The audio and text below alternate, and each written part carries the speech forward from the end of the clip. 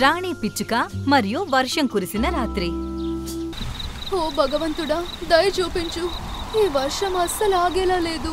వర్షాకాలం త్వరలో రాబోతుందని ముందే అనుకున్నాను, కానీ బయట పరిస్థితి చూస్తుంటే ఇంకో 4-5 రోజులు వర్షం ఆగేలా లేదు. ఇప్పుడు మన పరిస్థితి ఏంటి? ఇంట్లో తినడానికి ఒక్క గింజ కూడా లేదు. తప్పంతా కూడా నీదే అమ్మా. వర్షాకాలం వస్తుందని నీకు తెలిసినప్పుడు కొన్ని రోజులకి సరిపడా ఆహారాన్ని నిల్వ చేసి పెట్టుకోలేవా? నువ్వేమో 2 రోజులుగా పస్తులున్నావు. నీ వల్ల మేము కూడా ఆకలితో చస్తున్నాం. రాణి పిచ్చుక సుందరపురం అడవిలో ఉండేది. రాణి పిచ్చుక కేవలం పేరుకు మాత్రమే రాణి కాదు, తన మనసు కూడా రాణి అంత పెద్దది. కాని తన కొడుకులు సోను ఇంకా మోను ఇద్దరి స్వభావం వాళ్ళమ్మ కన్నా భిన్నంగా ఉండేది. అందువల్ల రాణి చాలా బాధపడుతూ ఉండేది.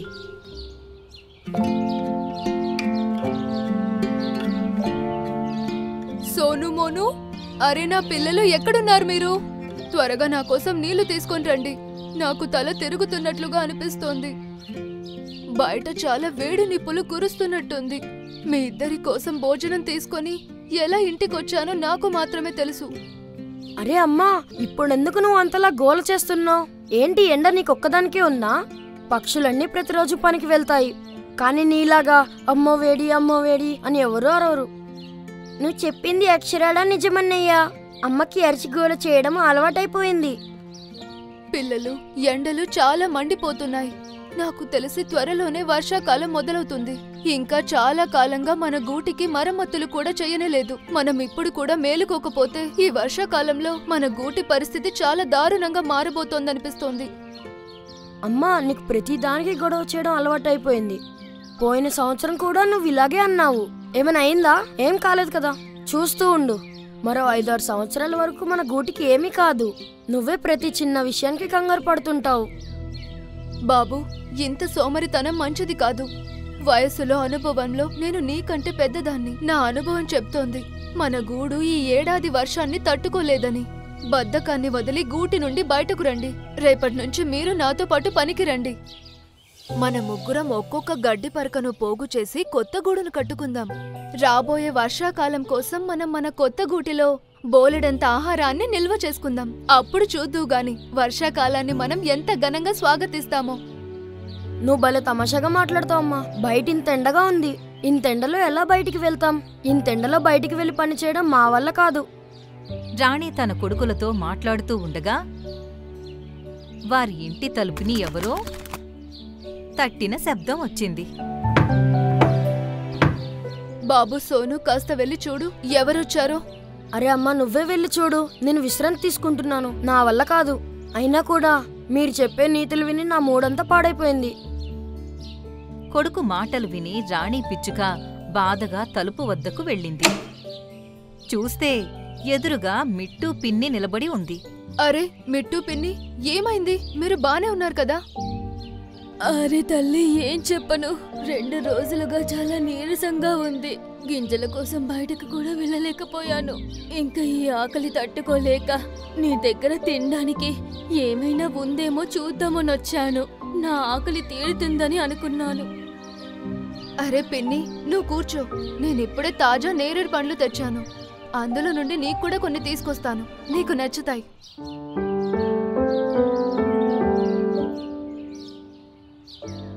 అమ్మా, మా కోసం బయటికి వెళ్ళి ఆహారం తీసుకురావాలంటే రోజు ఎన్నో మాటలు అంటావు. కానీ పిన్ని 2 రోజులకు ఒకసారి ఆహారం తీసుకెళ్తుంది. ఆమెకు ఆహారం ఇవ్వడానికి నీకేం ఇబ్బంది ఉండదు. నువ్వు ఏం మాట్లాడుతున్నావు సోను? పెద్దవాళ్ళ గురించి అలా మాట్లాడకూడదు. పిన్ని, తప్పుగా అనుకోకు, పిల్లలు కదా. మీరు నేరేడు పళ్ళు తీసుకోండి. ఇవి మీకు 2 పూటలు తినడానికి సరిపోతుంది. మరుసటి రోజు ఉదయం. సోనుమోను, పిల్లల్లారా, చాలా వేడిగాలి వీస్తోంది. ఈ రోజు ఎండలో అస్సలు వెళ్లాలనిపించడం లేదు. ఇంకా ధైర్యం కూడా లేదు. మీరు పెద్దవాళ్ళయ్యారు కదా, వెళ్ళి ఈ రోజు ఆహారానికి ఏదైనా ఏర్పాటు చేయండి. అమ్మా, ఆహారం తీసుకురావడానికి మేము ఎక్కడికి వెళ్ళము. ఆహారం నువ్వే తీసుకొస్తావు కదా. ఈ నేరేడు పండ్లు, మల్బెర్రీ పండ్లు తిని బోర్ కొట్టేసింది. చెప్పేది జాగ్రత్తగా విను. మాకు ఈ రోజు మామిడి పండు తినాలనుంది. మా కోసం ఈ రోజు మామిడి పండ్లే తీసుకురా. పిల్లల నోటి నుండి అలాంటి మాటలు విని రాణి పిచ్చుక బాధపడుతూ ఇంటి నుండి బయటకు వెళ్తుంది. రాణి మామిడి చెట్టు దగ్గరకు వెళ్లి, అయ్యో ఎంత వేడిగా ఉంది. బహుశా నాకు ఒంట్లో శక్తి అంతా అయిపోయినట్లుంది. నా ముక్కుతో ఒక్క మామిడి పండు కంటే ఎక్కువ ఎత్తలేకపోతున్నాను. చూస్తుంటే ఇంత పెద్ద పెద్ద మామిడి పండ్ల కోసం నేను 2-3 సార్లు చెట్టు దగ్గరికి రావాల్సి వచ్చేలా ఉంది. తన ఇద్దరి కొడుకుల సోమరితనం వలన రాణి పిచ్చుక మండు టెండలో మామిడి చెట్టు చుట్టూ చాలాసార్లు తిరగాల్సొచ్చింది. ఎక్కువసేపు ఎండలో ఉండడం వలన రాణి పిచ్చుక జబ్బు పడింది. మరుసటి రోజు, అమ్మా ఆకలిగా ఉంది. నువ్వు ఈరోజు గింజల కోసం వెళ్ళలేదా? త్వరగా వెళ్ళి తినడానికి ఏదైనా తీసుకురా. ఆకలితో నా ప్రాణం పోయేలా ఉందమ్మా. బాబు, నిన్న నేను ఎంతో తీయని మామిడి పండు తెచ్చాను కదా, మీరిద్దరూ ఆ పండ్లను తినేశారా? అవునవును, మేం మామిడి పళ్ళని రాత్రే తినేసాం. ఆ పండ్ల సంగతి వదిలే, చెట్ల మీద ఇంకా చాలా మామిడి పళ్ళు ఉంటాయి. తొందరగా వెళ్ళి మా కోసం మరికొన్ని మామిడి పళ్ళు తీసుకురా. పిల్లల మాటలు విని రాణి పిచ్చుక మామిడి పండ్లు తీసుకురావడానికి ఇంటి నుండి బయలుదేరింది. కాని కొద్ది దూరం వెళ్ళిన తర్వాత తనకి కళ్ళు తిరిగి చెట్టు కింద పడిపోయింది. నేను నా రెక్కలు కూడా కదపలేకపోతున్నాను. ఇంకా నా వల్ల కాదు. రాణి పిచ్చుక తిరిగి తన గూటికి వెళ్లి పడుకుంటుంది. ఆ తర్వాత 2-3 రోజులు రాణి పిచ్చుకకి చాలా కష్టంగా గడిచింది. రోజులు గడిచే కొద్దీ రాణి పిచ్చుకకి ఆరోగ్యం క్షీణిస్తూ వస్తోంది. ఇంట్లో మిగిలి ఉన్న కొద్దిపాటి ధాన్యాన్ని కూడా తన ఇద్దరు పిల్లలు సోను మోను తినేశాయి. ఇప్పుడు వాటికి దాదాపు పస్తులుండే పరిస్థితొచ్చింది. అదే రోజు రాత్రి ఆకాశంలో నల్లటి మబ్బులు కమ్ముకున్నాయి. చూస్తుండగానే కుండపోత వర్షం మొదలైంది. ఓ భగవంతుడా, దయ చూపించు. ఈ వర్షం అస్సలు ఆగేలా లేదు. వర్షాకాలం త్వరలో రాబోతుందని ముందే అనుకున్నాను. కానీ బయట పరిస్థితి చూస్తుంటే ఇంకో 4-5 రోజులు వర్షం ఆగేలా లేదు. ఇప్పుడు మన పరిస్థితి ఏంటి? ఇంట్లో తినడానికి ఒక్క గింజ కూడా లేదు. తప్పంతా కూడా నీదే అమ్మా. వర్షాకాలం వస్తుందని నీకు తెలిసినప్పుడు కొన్ని రోజులకి సరిపడా ఆహారాన్ని నిల్వ చేసి పెట్టుకోలేవా? నువ్వేమో 2 రోజులుగా పస్తులున్నావు. నీ వల్ల మేము కూడా ఆకలితో చస్తున్నాం. కొడుకు నోటి నుండి అలాంటి మాటలు వినగానే రాణికి చాలా కోపం వచ్చింది. సిగ్గు శరం ఏదైనా ఉన్నాయా లేవా మీకు? నోరు మూయండి ఇద్దరు. మీరింత సోమరిపోతులు కాకపోయి ఉంటే మనకి ఈ రోజు పరిస్థితి వచ్చేది కాదు. ఇంట్లో మీలాంటి 2 కొడుకులున్నా కూడా ఒక తల్లి పగిలిపోయిన గూటిలో ఆకలితో కూర్చొనుందంటే దీనికన్నా సిగ్గుపడాల్సిన విషయం ఇంకేముంటుంది? నా వయసు అయిపోతోంది. మీకు సిగ్గు లేదా? ఆహారం నీళ్లు అన్నింటికీ ఆర్డర్లు వేయడానికి మీకు సిగ్గు లేదా? మీరిద్దరూ ఎంత సోమరిపోతులంటే నేను 4 రోజులు బయట నుండి ఆహారం నీళ్లు తీసుకురాకపోతే మీరు బద్ధకంతో ఇక్కడే ఈ గూటిలో చచ్చిపోతారు. దేవుడికి దండం పెట్టుకోండి ఈ గూటి పైకప్పైన నిలుచుందని. ఈ రోజు తుఫాన్లో పైకప్పు కూలిపోతే మనం రోడ్డు పైన పడతాం. అప్పుడు మన చావు ఖాయం. అర్థమైందా?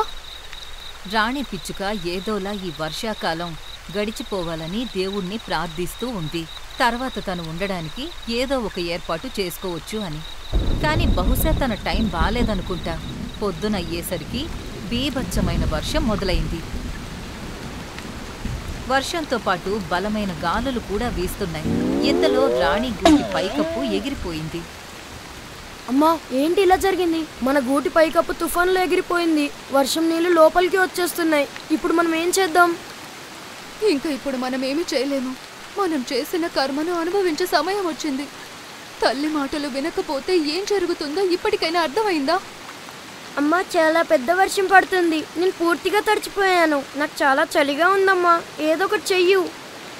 ఏదైనా చెట్టు కొమ్మ కింద దాక్కొని వర్షం నుండి తప్పించుకునే ప్రయత్నం చేద్దాం పదండి. రాణి ఇంకా తన 2 కొడుకులు తమ గూటి నుండి బయటికి వచ్చి ఒక దట్టమైన చెట్టు కొమ్మ కింద దాక్కుని వర్షం నుండి తప్పించుకునే ప్రయత్నం చేస్తున్నాయి. అప్పుడే మిట్టుకి తమ ఇంటి కిటికీలో నుండి రాణి ఇంకా సోనుమోను వర్షంలో తడుస్తూ కనిపించాయి. అరే ఓ రాణి, తుఫాన్ వచ్చింది. ఇంత వర్షంలో నువ్వు చెట్టు మీద ఏం చేస్తున్నావు? వెళ్ళి నీ గూటిలో కూర్చో. ఇంకా తలుపులు కిటికీలు సరిగ్గా మూసుకో. పిన్ని, ఈ వర్షానికి నా ఇల్లు మొత్తం పడిపోయింది. నా పిల్లలు నేను నిరాశ్రయులయ్యాం. ఈ తుఫాన్లో ఎక్కడికి వెళ్ళాలో ఏం చేయాలో అర్థం కావడం లేదు. అయ్యో, అంత పెద్ద విషయం జరిగిందా? నువ్వు నాకు ఎందుకు చెప్పలేదు? త్వరగా నా గూటిలోకి రండి. ఊరికి మాటలతో సమయం వృధా చేయకు. మిట్టు పిన్ని మాటలు విని రాణి ఇంకా సోనుమోను మిట్టు పిన్ని ఇంటికి వెళ్ళాయి. అయ్యో పిల్లలు, మీరు చలితో వణికిపోతున్నారు. నా దగ్గర కొంచెం ధాన్యం ఉంది. నేను మీకోసం సూప్ చేసి తీసుకొస్తాను. కొంచెం వెచ్చదనం తగిలితే మీకు హాయిగా ఉంటుంది. కాసేపటికి మిట్టు పిన్ని అన్నింటి కోసం వేడివేడిగా సూప్ చేసి తీసుకొచ్చింది. సోను ఇంకా మోను ఒక్కసారిగా తాగేశాయి. అరే రాణి, నువ్వు సూప్ తాగలేదా? త్వరగా నువ్వు నీ సూప్ని తాగేసాయి. ఆ తర్వాత విశ్రాంతి తీసుకో. నీ ఆరోగ్యం కూడా బాలేదు కదా. మిట్టు పిన్ని, నేను నీ రుణం ఎలా తీర్చుకోవాలి? ఒకవేళ నువ్వు ఈరోజు నాకు సహాయం చేయకపోతే ఈ వర్షానికి మా అందరి ప్రాణాలు పోయేవి. అలాంటి మాటలు అనకూడదు తల్లి. ఈ ముసల్దానికి నువ్వు ఎంత సహాయం చేశావు.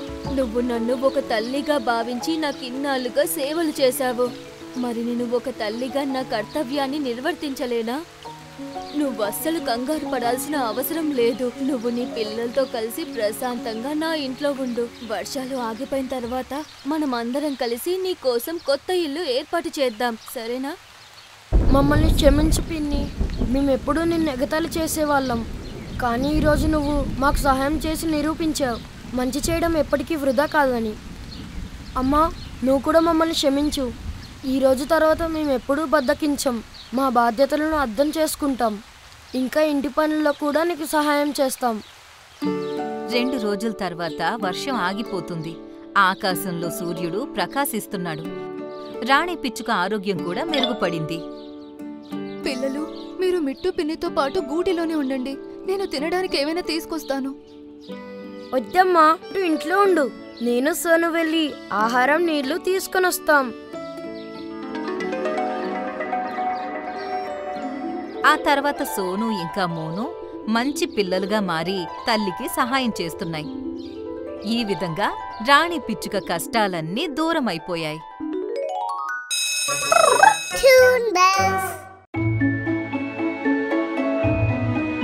గ్రద్దరాజా, ఇంతకు ముందు ఎప్పుడు మనకిలా జరగలేదు. ఎంత పెద్ద తుఫాన్ వచ్చినా కానీ మన ఇల్లు క్షేమంగానే ఉన్నాయి. కానీ ఈసారి అంతలా ఏం జరిగింది? మన ఇల్లులన్నీ నాశనం అయిపోయాయి.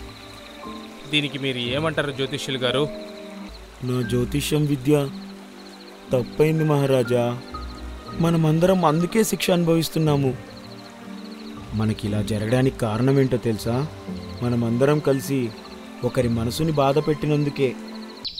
వర్షాకాలం మొదలైన మొదటి రోజు అడవిలో ఆగకుండా వర్షం పడుతుంది. చెట్టుకి ఉన్న ఆకులన్నీ కూడా శుభ్రమయ్యాయి. వాటి ఆకుపచ్చటి రంగు చూడ్డానికి చాలా అందంగా ఉంది. పక్షులు ఇంకా జంతువులన్నీ తమ తమ ఇళ్లల్లో ప్రశాంతంగా నిద్రపోతున్నాయి. అందులోనే ఒక ఇల్లు మిట్టు చిలుక ఇంకా మింకీ గోరింకది ఉంది. అరే అరే, ఏమండి, లేవ్వండి. ఏమైంది? ఎందుకంత కంగారు పడుతున్నావు? అరే, మీకు కనిపించడం లేదా? ఎంత పెద్ద వర్షం పడుతోంది. అరే అవును కదా, నేను గమనించనే లేదు. వాతావరణం ఎంతో ఆహ్లాదంగా ఉంది కదా. అరే, వాతావరణం గురించి ముందు పక్కన పెట్టండి. మీకిది కనిపించడం లేదా? చింకు ఇంకా మింకు కనిపించట్లేరు. ఓరి నాయనో, నేను వాళ్ళ గురించి ఆలోచించలేదు. వీళ్ళిద్దరూ ఎక్కడికి వెళ్లారు? అప్పుడే గట్టిగా ఉరుములు మెరుపులు రావడంతో రెండు భయపడ్డాయి. అరే వా అన్నయ్య, మీరిచ్చిన ఐడియా చాలా బాగుంది. పడవలో ప్రయాణం చేయడం చాలా సంతోషంగా ఉంది. అవి రెండు కొబ్బరి చిప్పతో చేసిన పడవలో కూర్చుని వర్షాన్ని ఎంజాయ్ చేస్తున్నాయి. అప్పుడే సోను పావురం ఇంకా తన భార్య నీనా పావురం వాటి ఇంటి కిటికీ నుండి వాటిని చూస్తున్నాయి. అరే అరే, చింకీ ఇంకా మింకు, మీరిద్దరూ ఇలా వర్షంలో ఎక్కడికి వెళ్తున్నారు? పిన్ని, మేమిద్దరం వర్షంలో తిరగడానికి బయలుదేరాము. రండి రండి, వెంటనే ఇంటి లోపలికి రండి. మీకోసం మీ అమ్మా నాన్న కంగారు పడుతుంటారు. సోను పావురం వాటి మీద అరవడం వల్ల అవి రెండూ కూడా ఇంటికి చేరుకున్నాయి. కొంత సమయం తర్వాత చిలుక ఇంకా గోరింక కూడా నీనా పావురం ఇంటికి చేరుకున్నాయి. అరే నీనా అక్క, నువ్వు చింకు ఇంకా మింకుని ఎక్కడైనా చూసావా? అప్పుడే పావురం తలుపు తీసింది. అవి రెండూ లోపలికి వెళ్ళాయి. ఆ దేవుడి దయ వల్ల మీరిద్దరూ ఇక్కడే ఉన్నారు. మేము చాలా కంగారు పడిపోయాం. సాయంత్రం వర్షం ఆగిన తరువాత పక్షులన్నీ కూడా గద్దరాజు సభకి చేరుకున్నాయి. చుట్టుపక్కల ఉన్న అడవిలో ఈ వర్షం కారణంగా చాలా నష్టం జరిగింది. కానీ మన అడవి మాత్రం ఇప్పటికీ బాగానే ఉంది. ఇది మనమందరం గర్వపడాల్సిన విషయం. కొద్ది రోజుల తరువాత ఒక పిచ్చుక తన బిడ్డతో కలిసి ఆ అడవికి వచ్చింది. రాజుగారు, నా పేరు మీను పిచ్చుక. వర్షం కారణంగా మా అడవి అంతా నాశనమయ్యింది. నేను నా బిడ్డతో పాటు మీ అడవిలో మేం కూడా ఉండొచ్చా? ఆహా, ఉండొచ్చు. కానీ అడవిలో శుభ్రత ఖచ్చితంగా పాటించాలి. మీను పిచ్చుక ఒక మంచి ఇల్లు కట్టుకుని తన బిడ్డతో పాటు ఆ అడవిలో ప్రశాంతంగా నివసిస్తుంది. కొద్ది రోజుల తర్వాత ఆ అడవికి ఒక విచిత్రమైన సమస్య వచ్చింది. చెట్లకి ఉన్న పండ్లు పాడవుతూ ఉన్నాయి. అలాగే చెరువులో నీళ్లు కూడా ఎండిపోయాయి. పక్షులన్నీ గద్దరాజు సభకి హాజరయ్యాయి. అక్కడవి జ్యోతిష్యుడైన వుడ్ పీకర్ని కూడా పిలిపించాయి. ఎంత పెద్ద తుఫానొచ్చినా వరదలొచ్చినా మన అడవి క్షేమంగానే ఉండేది. కానీ ఇప్పుడు వాతావరణం బాగున్నప్పుడు కూడా అడవికి కష్టాలొస్తున్నాయి.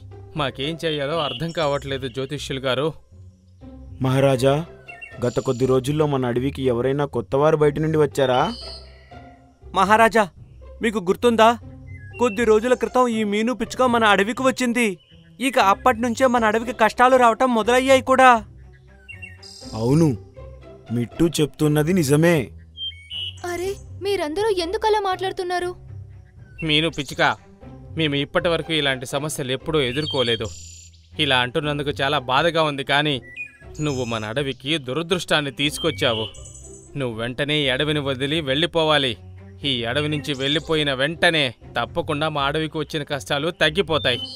ఆ మాటలు విని మీను మనసు చాలా గాయపడింది. పద తల్లి, మనం నీలం కొండంపైకి వెళ్ళి ఒంటరిగా జీవితాన్ని గడుపుదాం. మీను కన్నీళ్లు కారుస్తూ అక్కడ్నుండి వెళ్ళిపోయింది. తను వెళ్ళిపోయిన తరువాత అన్నీ ప్రశాంతంగా ఊపిరి తీసుకున్నాయి. మళ్ళీ అవి అడవి ముందులా మారిపోతుంది అని చాలా సంతోషంగా ఉన్నాయి. కాని మరుసటి రోజు మిట్టూకి మెలకు వచ్చి లేచి చూస్తే చాలా పెద్ద వర్షం పడుతుంది. అరే, మళ్ళీ వర్షం మొదలైందా? అవును నాన్నగారు, ఎంత చల్లగా గాలి వీస్తుందో. పైగా వర్షం పడుతుంటే ఆ శబ్దం ఎంత బాగుందో. చిలుక ఇంకా గోరింక పిల్లలతో కలిసి కిటికీ దగ్గర కూర్చుని బయట దృశ్యాన్ని చూస్తూ ఉన్నాయి. అప్పుడే వాటి ఇల్లు కదలడం మొదలైంది. అరే అమ్మా, ఏం జరుగుతుంది? అరే, బయట చాలా పెద్దగా గాలి వీస్తుందనుకుంటా. అప్పుడే వాటి ఇల్లు మొత్తం ఒకవైపుకి ఒరిగిపోయింది.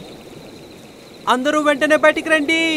ఆ 4 ఇంటి నుండి బయటకు రాగానే ఇల్లు కింద పడిపోయి నీళ్లల్లో కొట్టుకుపోయింది.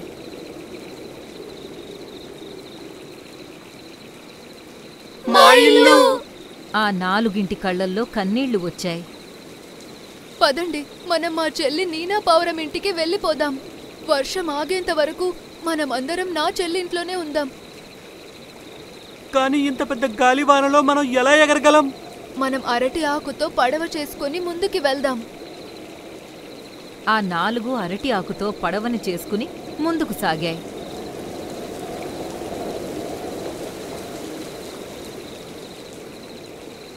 అలా నీనా పావురం ఇంటికి చేరుకున్నాయి. అక్కడ తను తన భర్తతో గొడవ పడుతూ ఉంది. అరే, ఇంటి పైకప్పుని తనిఖీ చేసావా లేదా? మన ఇంట్లోకి ఇన్ని నీళ్లు ఎందుకు వస్తున్నాయి? అరే, ఎందుకు కంగారు పడుతున్నావు? ఒక్కసారి వర్షం ఆగిపోతే పైకప్పుని బాగు చేస్తాను. అప్పుడే ఎవరో తలుపు తట్టారు. అరే, ఇంత వర్షం పడుతుంటే ఇప్పుడెవరొచ్చారు? పావురం తలుపు తీసి చూస్తే ఎదురుగా తన చెల్లెలు మింకు తన కుటుంబంతో కనిపించింది. అరే మింకు చెల్లి, నువ్వేంటిక్కడ? రా, లోపలికి రా. నీనా అక్క, ఇంకా బావగారు, మాకు మిమ్మల్ని ఇబ్బంది పెట్టాలని అస్సలు లేదు. కానీ తుఫాన్లో మా ఇల్లు కొట్టుకుపోయింది. అందుకే మేమిక్కడికి వచ్చాం. ఏం కాదులే మింకు చెల్లి, కావాలంటే మీరు కూడా మా ఇంట్లో ఉండొచ్చు. కానీ ఇంట్లో కాస్త నీళ్లు కారుతున్నాయి. పర్వాలేదక్క, మేము సర్దుకుంటాం. కనీసం మాకు ఉండడానికి నీడైనా ఉంటుంది కదా. అప్పుడే పెద్ద గాలి రావడంతో ఇంటి పైకప్పు ఎగిరిపోయింది. ఓరి దేవుడా!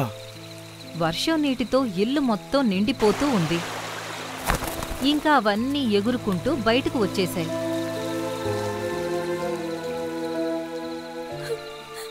నా ఇల్లు మాకు ఎందుకు ఇలా జరిగింది? ఇంకా అవన్నీ కలిసి అరటి ఆకు పడవలో కూర్చుని గద్దరాజు యొక్క మహల్ వైపుకు బయలుదేరాయి. అవి అక్కడికి చేరుకున్నప్పుడు అక్కడ చూసిందానికి అన్నీ ఆశ్చర్యపోయాయి. గద్దరాజు భవనం నీళ్లల్లో పడి ఉంది, మరియు తన దగ్గర చాలా పక్షులు గుమ్మిగూడి ఉన్నాయి. మీరందరూ ఈ పడవలో ఎక్కండి. గద్దరాజుతో పాటు పక్షులన్నీ కూడా వాటి పడవలో ఎక్కాయి. పడవ ముందుకు వెడుతూ ఉంది. గ్రద్దరాజా, ఇంతకు ముందు ఎప్పుడూ మనకిలా జరగలేదు. ఎంత పెద్ద తుఫాన్ వచ్చినా కానీ మన ఇల్లు క్షేమంగానే ఉన్నాయి. కానీ ఈసారి అంతలా ఏం జరిగింది? మన ఇల్లులన్నీ నాశనం అయిపోయాయి. దీనికి మీరు ఏమంటారు జ్యోతిష్యులు గారు? రాజుగారి మాట విని వుడ్ పీకర్ ఇలా అంది. నా జ్యోతిష్యం విద్య తప్పైంది మహారాజా. మనమందరం అందుకే శిక్ష అనుభవిస్తున్నాము. మనకిలా జరగడానికి కారణమేంటో తెలుసా? మనమందరం కలిసి ఒకరి మనసుని బాధ పెట్టినందుకే. నా అనుమానం తప్పయింది. మీను పిచ్చుకని మనం అనుమానంతో దురదృష్టవంతురాలని అడవి నుంచి పంపించాం కదా, అలా చేసినందుకే దేవుడు మనల్ని శిక్షిస్తున్నాడు. ప్రతిసారి దేవుడి ఇష్టం ప్రకారం వర్షం పడడంతో మనకి ఎటువంటి ఇబ్బంది కలిగేది కాదు. కానీ ఈసారి ఈ వర్షానికి కారణం మీను కంటి నుండి వచ్చిన కన్నీటి వల్లే పడుతుంది. తను ఎక్కడో ఒంటరిగా కూర్చొని ఏడుస్తుంది. తన కళ్ళల్లో నుండి నీళ్లు కారుతున్నంత వరకు మన అడవిలో ఇలానే వర్షం నిరంతరంగా కురుస్తూనే ఉంటుంది. ఆ మాట విని గద్దరాజు అన్నింటి వైపు చూసి ఇలా అన్నాడు. పదండి, అందరూ నల్లకొండల వైపుకి పదండి. అవన్నీ నల్లకొండకి చేరి చూస్తే అక్కడ మీను ఇంకా తన బిడ్డ ఒక చెట్టు కొమ్మ మీద కూర్చుని ఉన్నాయి. మీను ఏడుస్తూనే ఉంది. ఇంకా తన కన్నీళ్లు కిందకి వచ్చి వర్షం నీటిలో కలుస్తూ ఉన్నాయి. మీను మీను చాలా ఆశ్చర్యపోయింది. అది వెనక్కి తిరిగి వచ్చి ఇలా అంది. మీరందరూ నన్ను ఇక్కడి నుండి కూడా పంపించడానికి వచ్చారా? ఇది కూడా మీ అడవిలో భాగమేనా? లేదు మీను, మేమిక్కడి నుండి నిన్ను తీసుకెళ్ళడానికి వచ్చాము. మేము చాలా పెద్ద తప్పు చేశాము. నిన్ను దురదృష్టవంతురాలివని అడవి నుండి పంపించేశాము. మేము చేసిన పాపానికి దేవుడు మమ్మల్ని శిక్షిస్తున్నాడు. పక్షులన్నీ ఒకేసారి ఇలా అన్నాయి. మీను ప్రశాంతంగా వాటి మాటలు వింటూ ఉంది. అలాగే తన కళ్ళల్లో కన్నీళ్లు కూడా కారుతూ ఉన్నాయి. మీను, దయచేసి నువ్వింకా ఏడవకు. నువ్వు మాతో పాటు పద. నువ్వు మాతో పాటు అడవికి వచ్చావంటే అక్కడ మళ్ళీ అంతా ముందులా మారిపోతుంది. ఎందుకంటే నువ్వు దురదృష్టవంతురాలివి కాదు. నిజానికి నువ్వు మాకు చాలా లక్కీ. ఇప్పుడు మీను కూడా వాళ్ల పడవలో కూర్చుంది. అవన్నీ కలిసి తిరిగి అడవికి బయలుదేరి వెళ్ళాయి. అరే, ఇదేంటి? మీ అడవి అంతా కూడా నీళ్లతో నిండిపోయింది. అవును మీను పిచ్చుక, ఈ దారుణం నువ్వు వెళ్ళిన తర్వాత జరిగింది. అలానే పడవలో అవన్నీ కలిసి ఒక ఇంటి ముందుకు చేరుకున్నాయి. ఆ ఇల్లు సురక్షితంగా ఉంది. అరే, నా ఇల్లు! మీను, మా పెద్ద పెద్ద ఇళ్ళు ఈ తుఫానికి తట్టుకోలేకపోయాయి. అలాంటిది నీ ఇల్లు చిన్నదైనా కూడా సురక్షితంగా ఎలా ఉంది? వర్షం ఆగేంత వరకు మీరందరూ మా ఇంట్లోనే ఉండండి. అవన్నీ కలిసి మీను ఇంట్లోకి వెళ్ళి అక్కడ సురక్షితంగా ఊపిరి తీసుకున్నాయి. నెమ్మది నెమ్మదిగా వర్షం ఆగిపోయింది. అలాగే వాతావరణం కూడా చాలా అందంగా ఉంది. మీను, నీకు చాలా చాలా కృతజ్ఞతలు. ఇంకా మేము వెళ్తాము. మేమందరం మళ్ళీ మా ఇళ్ళని నిర్మించుకోవాలి. సరే పదండి, నేను కూడా మీ అందరికి సహాయం చేస్తాను. అవన్నీ ఇంటి లోపల నుండి బయటకు వచ్చి అక్కడ దృశ్యం చూసి ఆశ్చర్యపోయాయి. అరే, ఇవి మా ఇల్లే కదా! అక్కడవి ఏం చూశాయంటే వాటి అన్నింటి ఇళ్ళు ఒకే ప్రదేశంలో చెట్టు మీద ఉన్నాయి. అలాగే అన్నింటి ఇళ్ళు సురక్షితంగా ఉన్నాయి. అరే వా, మా అందరి ఇల్లు సురక్షితంగానే ఉన్నాయి. అన్నీ వాటి వాటి ఇళ్ళు చూసి సంతోషించాయి. మీను, నీ రాకతోనే దేవుడు మళ్ళీ మా ఇల్లని మాకు ప్రసాదించాడు. ఇంకెప్పుడూ నువ్వు మమ్మల్ని వదిలిపెట్టి వెళ్ళకు. థాంక్యూ మీను.